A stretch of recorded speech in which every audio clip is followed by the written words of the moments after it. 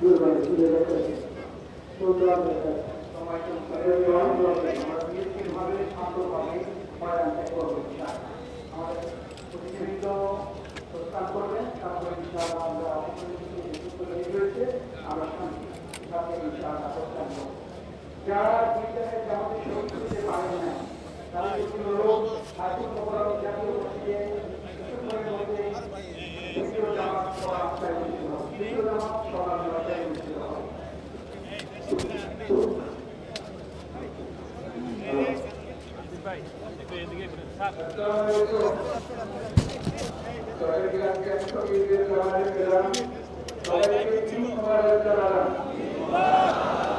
সবাই পবিত্র দিনে দেশের মঙ্গলের জন্য দোয়া করবেন।